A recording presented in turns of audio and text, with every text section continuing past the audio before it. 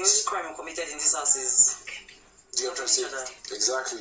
So, firstly, I feel the energy, I feel the vibes from everybody.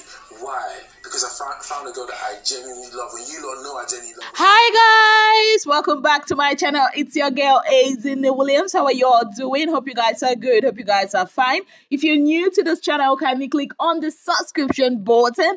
Click on the notification bell to let you know whenever I post any new video. Okay guys, so last night was epic. Yes guys, as we had the fight of the season between Adekunle and Shegzz. Yes, guys, like it was a fight that started because of bottled up emotions. Yes, guys, and the whole food thing, that initially caused the fight is not really, I don't think that's like the main reason why that fight started.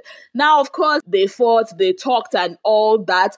Doyin, the peacemaker, decided, you know what, this is the time for me to step in, and have a chat with Shegzz. Shegzz explained to her what actually pissed him off with Adekunle. So according to Shegzz, he mentioned that like everybody, even though they miscounted the food or something like that, and Adekunle did not get any, and he decided, everybody in the house decided to like put from their own share for him, and him, even though he did not know that he actually gave, what's her name, Doyin his own portion, him going ahead, to make food for himself, like he felt like that was like a lame move. And the fact that Adekunle cannot come up to him to tell him, okay, this is my issue with you. And like, Adekunle's action was lame.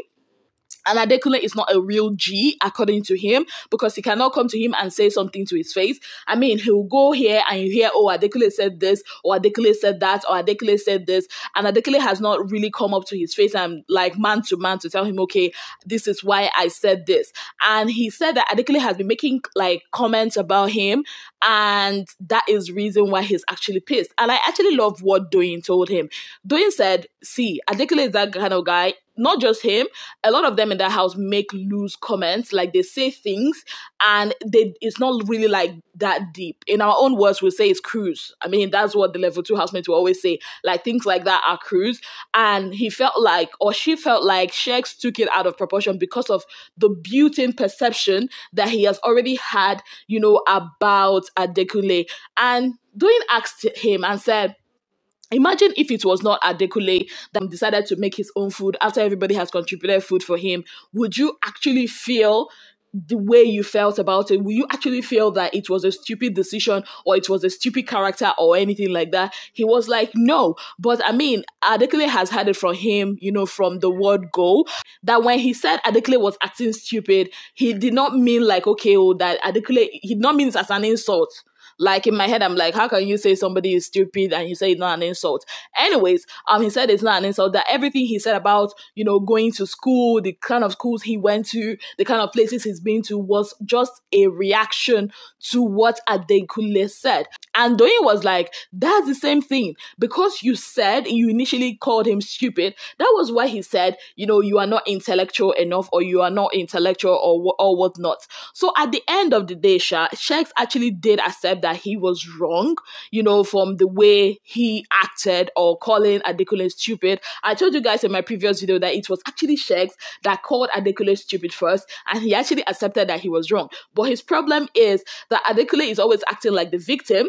Instead of him to accept his wrongs, instead of him, to feel like, to come to his face and say, okay, I feel like, or I've thought that, okay, your relationship with Bella is kind of like fake, or it's kind of like strategic and not real, just like other people like maybe Deji or other people have, said. He felt like is the best thing to do is to say it behind his back. So he feels like instead of Adekunle accepting his wrong, Adekunle is always acting like the victim. Now, I'm asking you guys, do you think that Adekunle is always acting like the victim? And once again, I still don't get why or where this whole Adekunle versus Shegzz thing started. I know initially Adekunle and Bella were kind of like close. Yes, guys, I know during that dining table conversation, when they were still, I think that was week 2 or week 1, I'm not sure, during that dining table conversation where Shegzz came at Adekunle saying that Adekunle loves Bella, even a lot of people were surprised, even their fellow housemates. So maybe that was like the whole thing, the fact that, okay, that Adekunle was close to Bella, and Shegzz felt like, okay, whenever he's not there, there's always Bella going to Adekunle initially in the first week. So I think that's where this whole thing comes from, if I'm not mistaken. And now it's boiled down to Shegzz feeling like Adekunle is always talking behind his back. And concerning this whole talking behind people's back, they do it a lot in that level 1. I mean, almost all of them are guilty of the same thing. They talk about people too. I mean, the other day, they were, Shegzz and Bella were talking about Giddyfire, and Giddyfire was not there. They talk about people behind their backs. So that's why I feel like, you know what, the level 1 housemates are not as united as they make us think they are.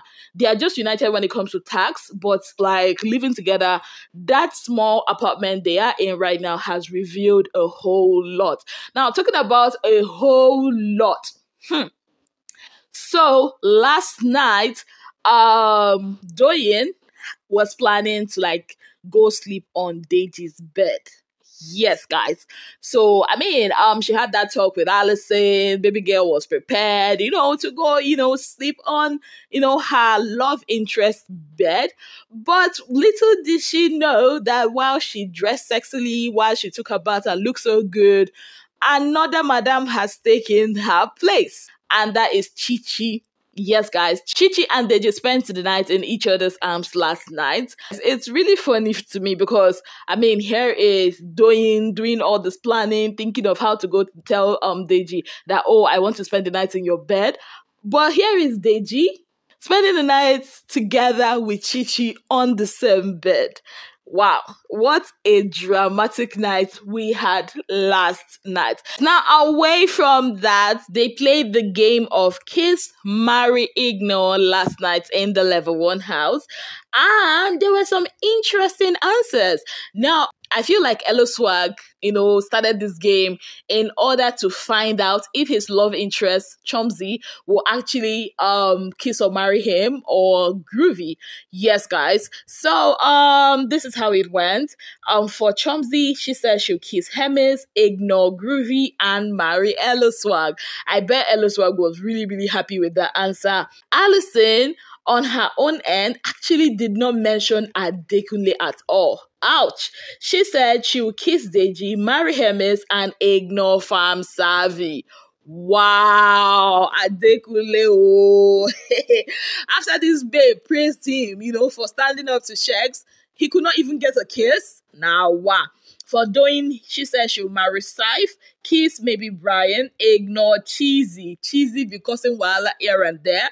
For Shegzz, you already know the answer. Bella, ignore every other person. For Dotun, kiss Ilebaye, marry Daniela, ignore Cheesy. Cheesy goes to show these people pepper sha. For Adekunle, kiss Allison, no marry, no ignore. Rachel, kiss Khalid, ignore Fina. What did Fina do to Rachel though? For Swag, kiss Ilebaye, marry Chomzy, ignore Fina and Groovy. Wow, I cannot wait for these houses to be merged. Now, away from all that, guys, a very big congratulations to Big Brother Naija Shine Your Eye housemate and finalist Angel JB Smith. Yes, guys, as she is about to launch her own podcast or TV program, which is called Of Blood, Bones, and Water. Yes, I mean, seeing the videos, seeing the pictures made me so proud of Angel. I mean, look at the 21-year-old that all she wanted to do last year was just to party and, just enjoy life. Now she's actually being intentional. The growth is very, very visible, and I'm super proud of her, and a very, very big congratulations to Angel. I'm sure a lot of Archangels, her fan base are very, very proud of her.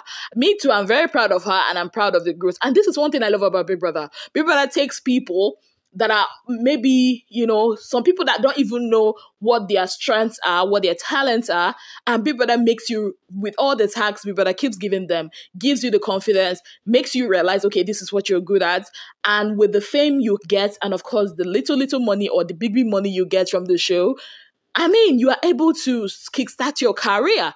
And things you didn't even think that you can do, you see yourself doing it. I mean, look at Dora. Who knew Dora, could own a lingerie company? She didn't even think of that before entering into the show. But after the show, she realized, okay, she could do this. Prince never even thought of, okay, having a salon. But during the show and after the show, he realized that a lot of them are like that. Once again, a very big congratulations to Angel. On that note, I say thank you guys so very much for being part of my channel. If you've not already subscribed, kindly click on the subscription button, click on the notification bell to let you know whenever I post any new video. Until I come your way again, I remain your darling girl, Adekunle Williams. Have yourself a beautiful, wonderful day ahead.